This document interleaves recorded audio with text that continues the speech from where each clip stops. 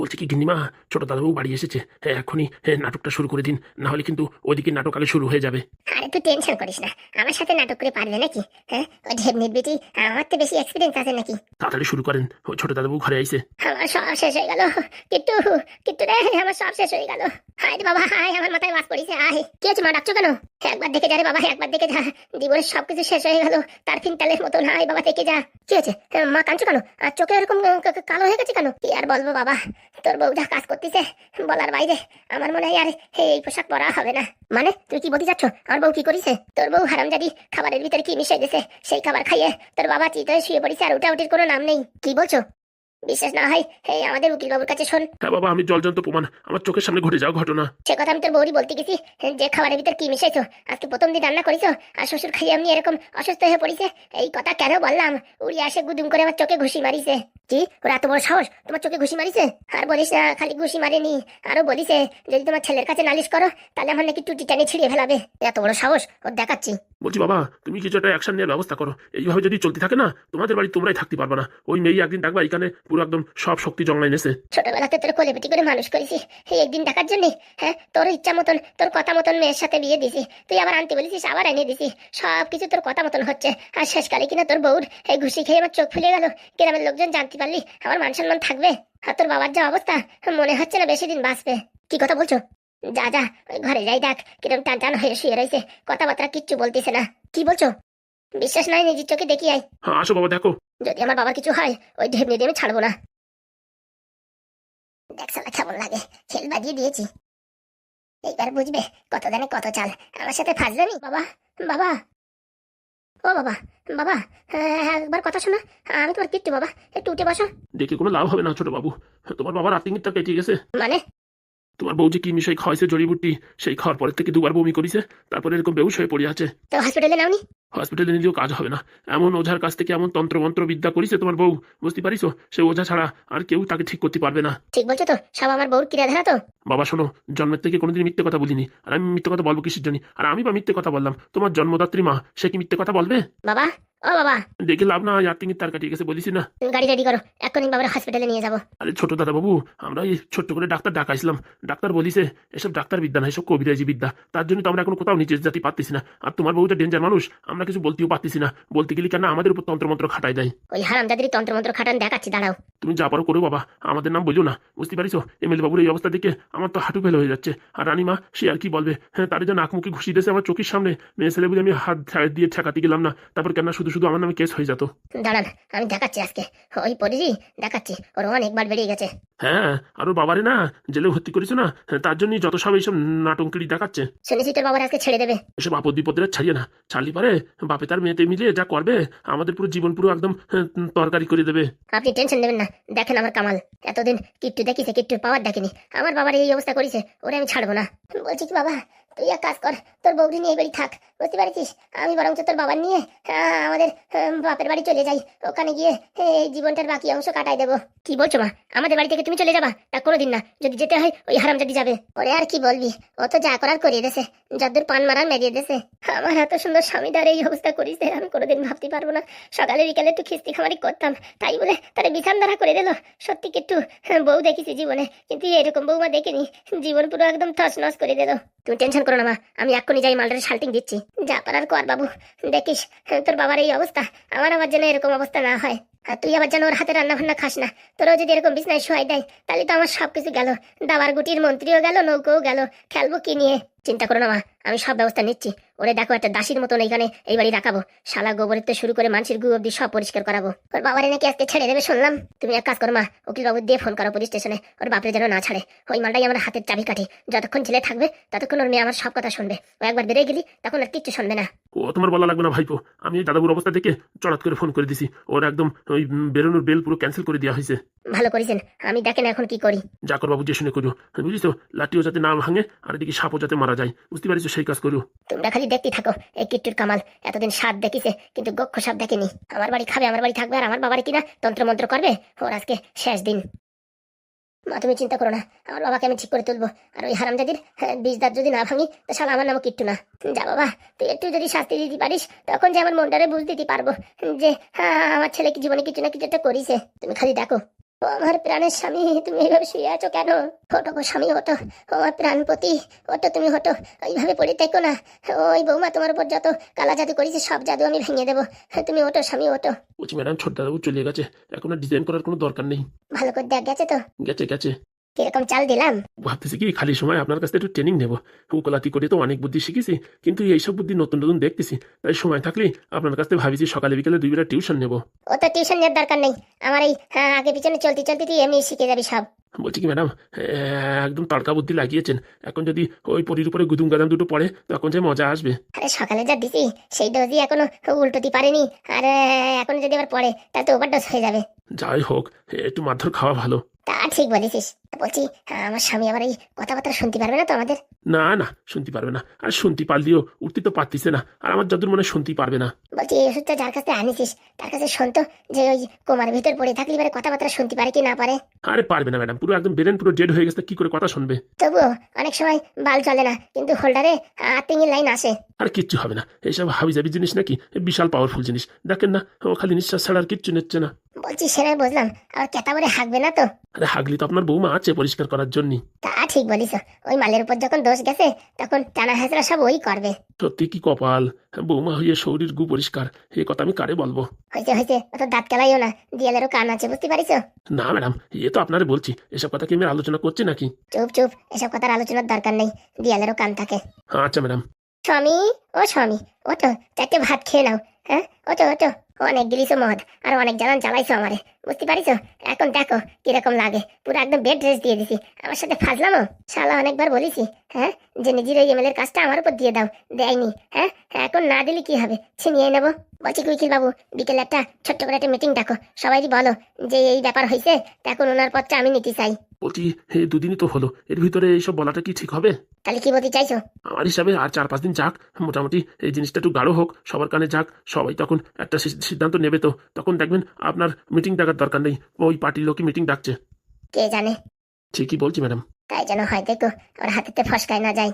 কিচ্ছু ফসকাবেন, আমি তো আছি নাকি? এখন সেরকম কারোর উপর একটা ভরসা হয়ে ওঠে না।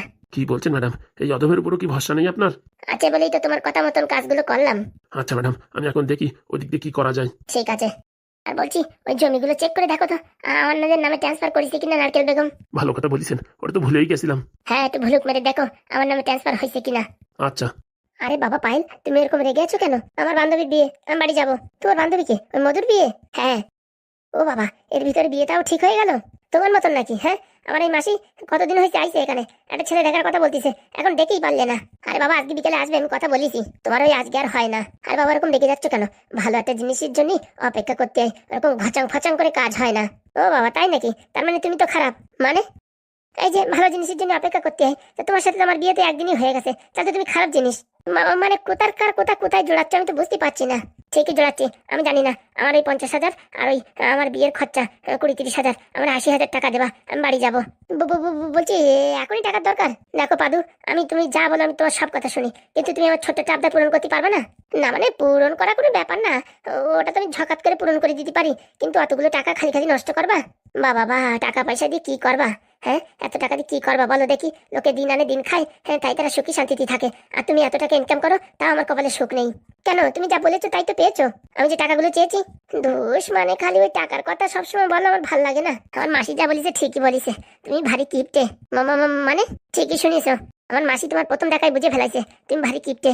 হে না না, আমি কিপটে ফিপটে না, ওই গরিব ঘরের ছেলে তো, অনেক কষ্ট করে টাকা ইনকাম করি তো, তাই ফালতু টাকা খরচা করতে চাই না। তাই বলে বউ ছোট একটা ইচ্ছা পূরণ করতে পারবে না? আচ্ছা বাবা, এত করে যখন বলছো, বিকালে আমি টাকাটা দিয়ে দেবো। অত শত জানি না, তুমি এক কাজ করো, তুমি কি এই মধুর বিয়ে আসতে পারবা? বলছি কি পায়েল, এখন না অফিসে প্রচুর চাপ, এই সময় না আমার ছুটি দেবে না। ঠিক আছে, তুমি না যাও, অত শত জানি না, আমার 80,000 টাকা দেবা, আর এই মাসির মেয়ের জন্য একটা ছেলে দেখাই দাও, পছন্দ হোক বা নাই হোক দেখাই দাও। এতদিন আইসে, এখন না দেখালে একটা বাজে কথা না। ঠিক আছে বাবা, ঠিক আছে, আজকে বিকালে আমার বন্ধু নিয়ে আসবো, দুজনে দেখে শুনে যদি পছন্দ হয় তারপরে কথা আগে বাড়বে। কি বলছো বাবা, আজকে বিকালে ছেলে আসবে দেখতে? হ্যাঁ মাসি, আপনি কি করে জানলেন? এই তো এখান দিয়ে যাচ্ছিলাম, ঘপাত করে তোমার মুখের কথাটা শুনে আর থাকতে পারলাম না, তাই ঘরের ভিতরে এন্ট্রি হয়ে গেলাম। কিছু মনে করো না বাবা, না বলে ঘরে ঢুকে পড়েছি। এরকম কথা বলছো কেন মাসি? তুমি কি আমার পর ভাবো নাকি? না মানে স্বামী স্ত্রীর কথায় কান দিতে হয় না তো, তাই এখান দিয়ে ওই বাইরে যাচ্ছিলাম, ঝপাত করে শুনিয়ে আর না থাকতে পারে চলে আসলাম। বলছি বোনটা একটু ভালো করে সাজাতে হবে, পাঠাই দিও বুঝেছো? ওই পাশের বিউটি পার্লারটা আজকে সাজায় নিয়ে আসবো। আচ্ছা মা। বলছি মাসি 4টের দিকে আসবো ওখানে, তার ভিতরে কিন্তু সবকিছু রেডি গোছগাছ করে রেখো। বলছি গোছগাছ করে রেখো, আর বাড়িতে মিষ্টি ফিষ্টি কিচ্ছু নাই, লোকজন আসলে খাইয়ে দেবো কি? আরে বাবা আসার সময় আমি সব নিয়ে আসবো, আমার সব মাথায় আছে। বলছি বাবা অনেকদিনই তো তোমাদের বাড়ি আসলাম, তো এখন বাড়ির দিকে না গেলে হয়? ওদিকে বুড়ো ঢ্যাবনা মানে তোমার ওই মেশো চেঁচামেচি করছে ষাঁড়ের মতন, যে বাড়ির সব জিনিস নষ্ট হয়ে যাচ্ছে, বাড়ি আসো।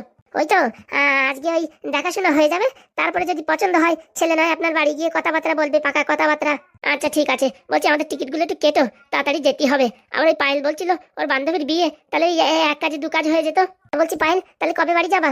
এই বুধবারে আমার বান্ধবীর বিয়ে, তার আগে আমার যে করে হোক বাড়ি যেতে হবে। আচ্ছা তাহলে মনে হচ্ছে তৎকাল টিকিটই মারতেই হবে। সে তুমি যা করো করো, অত সাথে জানি না, আমার টাকা দাও আর আমার বাড়ি যাওয়ার টিকিট করে দাও, তারপর তুমি তোমার সময় সুযোগ মতন এসে আমার নিয়ে এসো। আচ্ছা তাহলে এখন আমি অফিসের দিকে যাই? না না, এখানে বসে একটু গল্প করে নাও। কি যে বলো তুমি, এখন আবার 80,000 টাকা দিতে হবে, আর ভাল লাগে না। কেন যে চ্যাটের মাথা বিয়ে করতে গেছিলাম। আসো মাসি আসো। অবশেষে জামাই বাবা লাস্টে কথা শুনলো। শুনবে না? সকালে বিকালে যেরকম ওষুধ দিই না শুনে পারে। বলছি মা তুই একমাত্র আমার কষ্টটা বুঝেছিস, তাছাড়া কেউ বুঝতে পারে না। চিন্তা করো না, ভালো ছেলে হলে এখানে বিয়ে হবে, তারপরে আমি আর আমার বোনু একই জায়গায় থাকবো, পাশাপাশি ফ্ল্যাটে। সত্যি মা, এখান যদি আমার মেয়েটার বিয়ে দিতে পারি না, সারা জীবনে কোনো কষ্টই নাই। মানুষের যে কষ্ট সবচেয়ে বড় হচ্ছে রান্না কষ্ট, থালা বাসন ধোয়ার কষ্ট, কত ঝামেলা, সেসব তোর কিচ্ছু করা লাগে না। আর কি বলবো? হ্যাঁ মাসি, সেদিক দিয়ে শান্তি আছে বললে হবে না। আর জামাই বাবাই ভালো, কোনো নেশা টেশা কিচ্ছু করে না। হ্যাঁ আপাতত তো তাই দেখা যাচ্ছে, পরবর্তীতে কি হয় কে জানে। আরে না না, ছেলে ভালো দেখলি বোঝা যায়, কে জানে। না না, এরকম সোনার করে ছেলে পাওয়া যায়? হয়েছে হয়েছে, অত তাল দিয়ে কাছে উঠেও না, তারপর ঢাপাস করে পড়িয়ে যাবে। চল দেখি তোর বনুরি রেডি করাতেই হবে, আজকে আবার দেখতে আসবে ছেলে পেলে, ভালো করে সাজাতে হবে। চল দেখি দুজনে মিলে বিউটি পার্লার নিয়ে যাই। আচ্ছা চলো। বলছি হাগুদা, কাজটা কি ঠিক করতেছ? হ্যাঁ, আমারে বাজার করার দায়িত্ব দিচ্ছ, এখন আমার বয়স টয়স হয়ে গেছে, কি করে কি বাজার টাজার করি? বাবা এরকম কথা বলতেছে, মনে হয় কি তোমার দাঁতে নড়ন ধরিছে। নড়ন না ধরলে কি হবে, পোকা তো লাগিছে। ও তো বিরাজ করো না তার জন্য। ও বাবা, আমি বিরাজ করি না, তুই মানে 3 বেলা বিরাজ করিস। বলছি কি ফুটো, একটু বাজার করতে যাবি? তো এত ব্যাগটা ধরছিস কেন? আমার না ওইসব বাজার টাজার করতে আর ভাল লাগে না, ভয় লাগে, বুঝতে পারিস? কম বেশি কিছু হলি ওই ঢ্যাবনার বউ তো আবার যেরকম ভালোর ভালো সেরকম খারাপের খারাপ, এমনি তো কিছু বলে না। বাজার ঘাট উল্টো পাল্টা করলি তখন কেউ ছাড়িয়ে কথা বলে না। বাবা খাবা ভালো, তা বাজারে একটু খারাপ করলি বেশি কথা শুনবা না? সেই কথাই তো বলে কে। তা বলছি হ্যাঁ, আমার না পাঠাইয়ে ঢ্যাবনারে পাঠালি হতো না? একদম না হাগুদা, একদম না। আমি ডেলি বাজার করি, আমার বউর বেশি কথা আমি একা একা শুনবো কেন? সবার শুনতে হবে। এখন থেকে এক একজন 2 দিন করে বাজারে যাবে, তাই সবাই বাজার করতে পারবে আর সবাই ঠিক মতন খিস্তি খাবে। ঢ্যাবনা তুই কিন্তু কথাটা কিন্তু ঠিক বললি না। আরে বৌমা আসতেছে বাড়ি, হ্যাঁ কোথায় একটু আনন্দ করে বাজার করবা, তা না তুমি বাজার করার জন্য ব্যাগটা ধরতেছ। সেই জন্য তো আরো বেশি ভয় লাগতেছে। বৌমা আবার বলবে না তো যে কি এসব উল্টো পাল্টা বাজার করে আনিছে? আর তাছাড়া তো বৌমা এখন আসতেছে না, কাল পরশু হয়তো আসবে। কেবলই পাদু ফোন করলো পাঠাচ্ছে, তা পাঠাচ্ছে মানে এখন আসতে আসতে 2-4 দিন। এত আগের থেকে বাজার করে রাখলি জিনিসপত্র সব নোংরা হয়ে যাবে না, মানে ঠুটো হয়ে যাবে না? বাপরে, কয়দিন আগে যে একটা ফ্রিজ কিনা হলো, সেটা কি খালি খালি যাবে? মাল মেটেরিয়াল সব কিনে আনে ওর ভিতরে ঠুসিয়ে রাখবো। সে তোমরা যা করবা করো, আমার কিন্তু বাজার করতে ভয় করতেছে। তুমি যাবা নাকি? যাচ্ছি যাচ্ছি, অত বেগ মারাস না, যাচ্ছি। বলছি হাগুদা, তুমি একটু আসবা নাকি? শুনেছি নাকি নতুন একটা চার দোকান হয়েছে, বিরাট কড়া চা বানায়, আসবা? কি বলছিস? না না না না, ফুটে যাবো না, তুই যা। না তুই কিন্তু কাজটা কিন্তু ভালো করলি না। হাগুদার দিকে এরকম চোখ রাঙায় তাকালি, ভাইটা এখন যাবে না বলছে। তুমি এখনো যাবা বাজার করতে? আমার বৌদি ডাকবো, লিস্ট মানে বলিয়ে দেবেন, তখন জিনিসপত্র না আনলি তখন দেখো কেমন লাগে। না বাবা, তোর বৌদির ডাকার দরকার নাই, আমি এখনই যাচ্ছি। মনে আছে তো কি কি কিনে আনবা? হ্যাঁ হ্যাঁ মনে আছে, ব্রেন কমজোরি হয়ে গেছে কিন্তু হ্যাং মারেনি এখনো। জ্বালা আছে। 1 কিলো আলু, 2 কিলো পেঁয়াজ, আর হচ্ছে 30 গ্রাম কি যেন বলিছে, ওই শালা পোস্ত না কি বলিছে ভুলে গেলাম। যা মন থাকবে না বলে দেবো কি দোকানে নাই, বিকেলে আসবে তাই বলিছে। আমার তো চেনে না, আমার নাম ফুটো। ঝাপাত করে বাজার করে নিয়ে চলে আসবো। মনে আছে তো কি কি আনতে হবে, না বলিয়ে দেবো আর একবার? না না না, আমার বেরেন না তো কমজোর না, দেখ পানি সব মনে থাকে কিনা। বলছি হাগুদা, তোমার কি মনে হয় ফুটোদা সবকিছু একবারে বাজার করে নিয়ে আসতে পারবে? আনলে আনতেও পারে, আগে যখন আমরা একসাথে ট্রেনে হকারি করতাম না, তখন বিশাল বড় বড় ডায়লগ দিত। আমার তো মনে হয় না আনতে পারবে, আমার বউর ফর্দ, আমি ডেলি 2 বেলা 3 বেলা বাজারে যাই, তাই একটা দুটো ভুলিয়ে যাই। তা বললি হবে না, তোর বউ কিন্তু রান্না মানে একদম জমজমাট করে। তা শুনতে হবে না, ফর্দ কম জিনিস নাকি? বাবারে বাবা, সে কত ধরনের মশলা। ভাবছিলাম কি আমরা একটা ছোট্টখাটো হোটেল খুলে দিই, বাড়ি না বসে থাকি, একটু কাজ বাজ করলেও লাভ আছে। হ্যাঁ তাই করো, লোকে বলুক ছেলে হচ্ছে সাইন্টিস্ট আর বাপ হচ্ছে হোটেল চালায়। আরে লোকের কথা তো বলবেই, লোকের কথা ধরলি কাজ হবে? তুমি যা বাপু করো, আমি এসব বুদ্ধি ফুদ্ধির ভিতরে নাই। বলছি তোর ছেলের তো কালকে তো দেখতেছি না, কোথায় গেছে? ও আর এক শয়তান বাড়ি থাকে নাকি, এখানে না ওখানে কোনো না কোনো ফন্দিবাজি করতেই থাকে।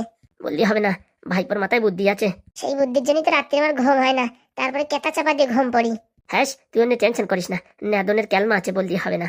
কে জানে, ওই ক্যালমার জন্য হয়তো কোনোদিন আমার আবার ফ্যাসাদে পড়তেই হবে। আরে জীবনে চলার পথে কম বেশি উঁচু নিচু আসে, ওই জন্য ভয় পারলি হবে? আগে দেখ 2-3টে বিয়ে করেছিলাম, কি জ্বালা কি যন্ত্রণা, এখন ফিরে আসি তো। ও এইসব কথা বলিও না, ওদের নাম নেওয়া মাত্রই হাজির হয়ে যায়, বুঝতে পারিস? কি কি কি কি কি বলছিস? সেই কি বলছি, কেলো করিছে। বউ আসবে এখন বাড়ি, এখন যদি এই আপদ বিপদের বাড়ি উঠে আসে তাহলে তো আমার জীবন পুরো তারফিন তেল। ওই কার চটির আওয়াজ পাওয়া যাচ্ছে, তোমার আবার বউ চলে আসলো না তো? পুরা মরণ, কি বলছিস? ওই দেখো চটির আওয়াজ, মনে হচ্ছে কেউ বাড়ির দিকে ঢুকছে। কেলো করিছে রে, কেলো করিছে।